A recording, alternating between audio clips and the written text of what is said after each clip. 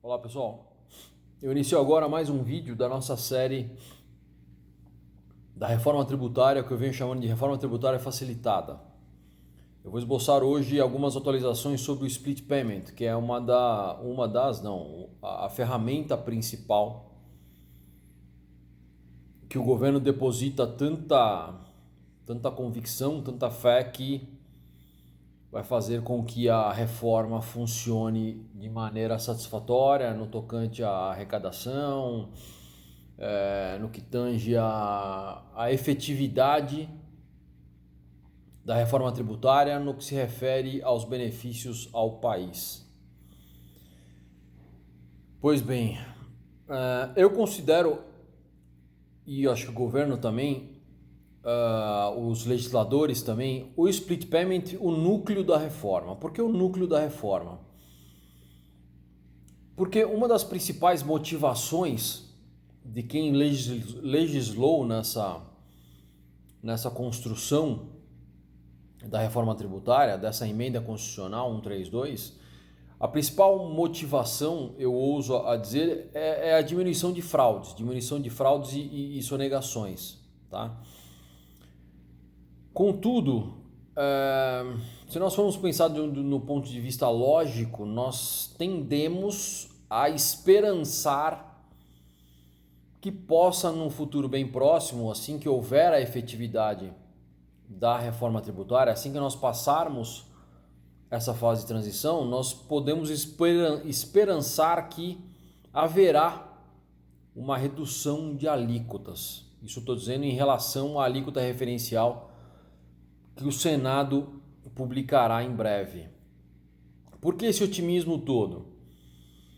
Porque, veja bem, o governo utilizou para chegar à alíquota referencial, que eles já devem ter, ou não, mas enfim, eles já devem ter algo muito próximo do que será publicado, vamos colocar dessa forma, para que chegasse a essa parametrização de cálculos, existiram inúmeras bases, certo? Diante do IBGE, diante do PIB, diante do que nós vamos lançar de informações nas fases experimentais do IBS, da CBS, enfim, ratificando o que eles já têm de informações. E além de todos esses apontamentos, assim, além de todas essas bases de cálculos, eles consideraram também, porque é preciso, a sonegação, né? A sonegação altíssima.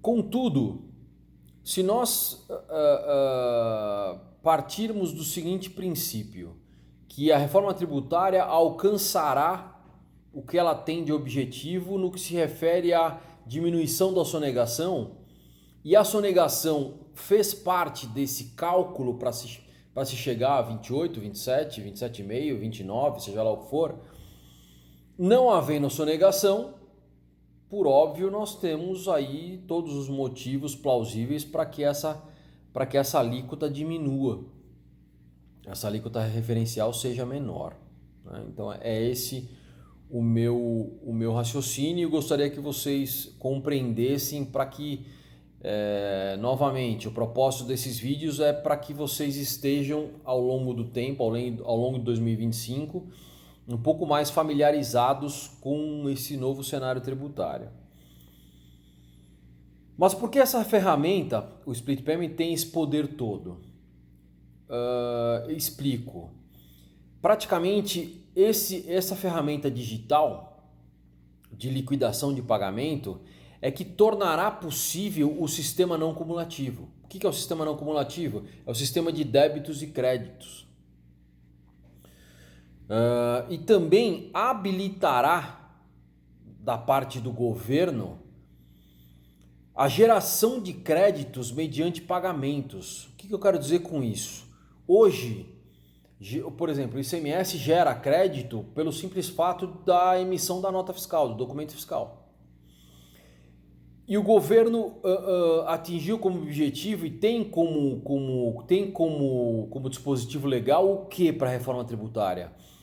ele gera o crédito ou ele apropria o crédito ao contribuinte, não mediante a emissão do documento fiscal. Ele apropria o crédito mediante o pagamento, a liquidação. E aí entra o split payment, que é essa ferramenta que vai tornar esse mecanismo real, esse mecanismo, enfim, aplicado. Nós viveremos duas etapas. Uma, a geração do crédito, que será a partir do documento fiscal, e outra, a compensação desse crédito, ou a apropriação, a liberação de fato desse valor nessa plataforma de conciliação assistida que o governo também sonha ou projeta liberar para nós, né? Principalmente nós, contadores ou enfim, operadores do direito na área tributária, que teremos que, a partir de uma apuração assistida do governo de débitos e créditos, autenticar essa publicação, essa informação ou retificá-la, enfim, demonstrando o porquê que a sua compensação ela é mais benéfica ou, enfim, do que foi apresentado pelo governo. Nós vamos funcionar mais ou menos, quem é um pouco mais antigo, funcionar mais ou menos como o cheque, né, que ainda está na praça, mas pouco utilizado. Quando você deposita o crédito na sua conta, ele já aparece, né, no extrato, porém ele não está compensado, o valor não está liberado. É mais ou menos isso, ele vai aparecer o crédito vai aparecer, porém ainda não vai estar liberado, apropriado. Mas enfim, eu acho que eu comecei pelo fim, né? O que seria esse split payment? Split payment nada mais é do que uma ferramenta digital de pagamentos digitais, onde ela vai ter, estão dizendo que haverá pelo menos dois tipos de split payment, o super inteligente e o simplificado. O super inteligente, ele já vai, numa fração de segundo, já entender qual é o crédito que o contribuinte possui, para já fazer a compensação entre débitos e créditos e já liberar o valor ou não, porque há uma compensação, há um débito e crédito do contribuinte. E, principalmente, exemplo, você comprou um produto de R$1.000, tá? R$1.000 mais IVA. Aliás, essa expressão R$1.000 mais IVA vai passar a fazer parte do nosso dia a dia.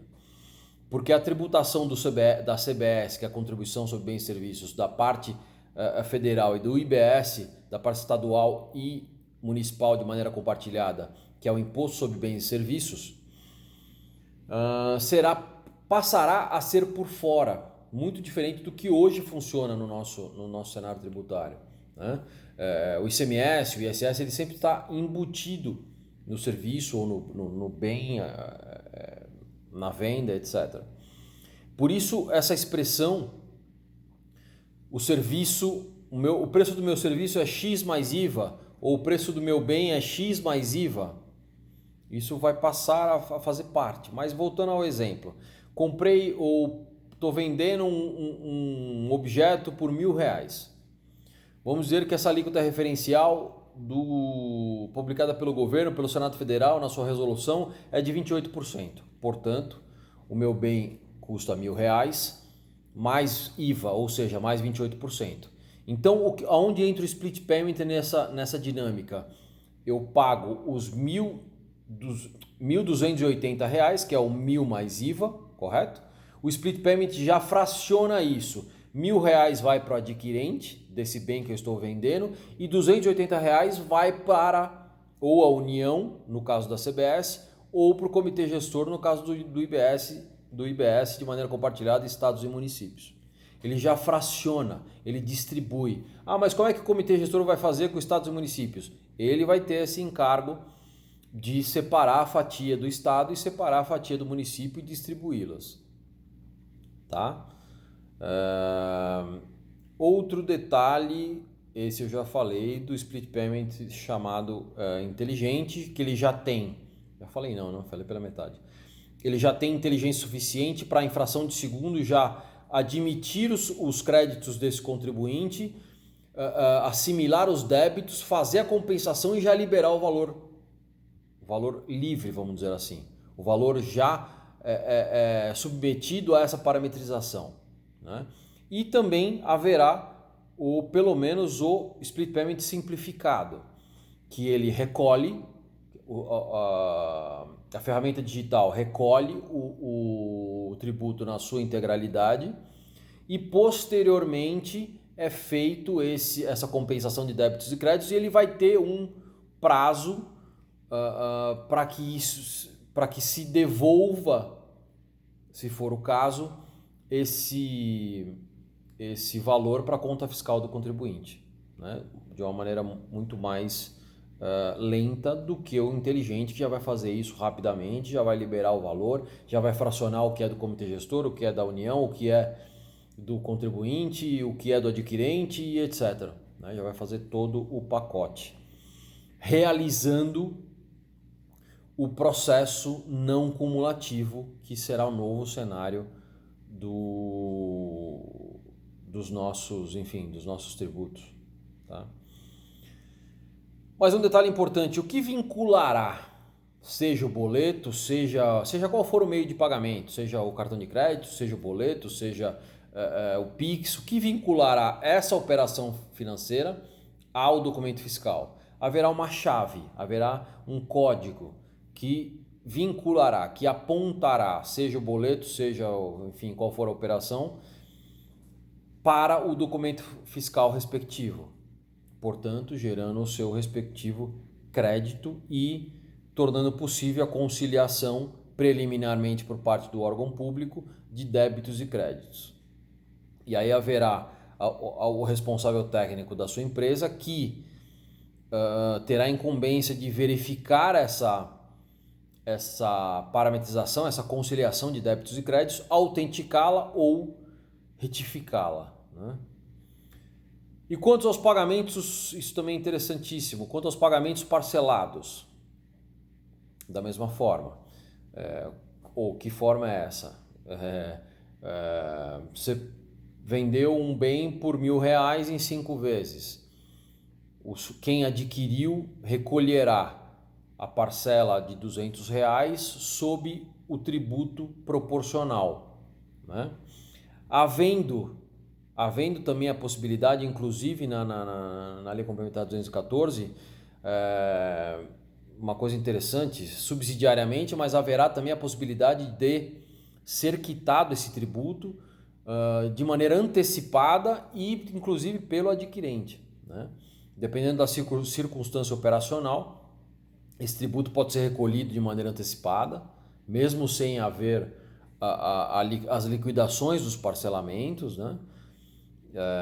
Enfim, a Lei Complementar 214 abrange um número bem vasto e bem, enfim, de situações e possibilidades de recolhimento desse tributo.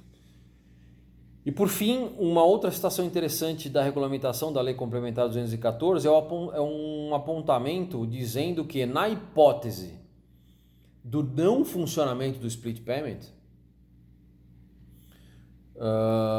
por exemplo, no início de 2027, quando a CBS, na esfera federal, já vai estar integralmente, o PIS/COFINS, daremos tchau para eles, a regulamentação diz que o crédito, se o split payment não funciona, o crédito vai passar a ser apropriado como é hoje, na emissão do documento fiscal e não na liquidação do pagamento, né?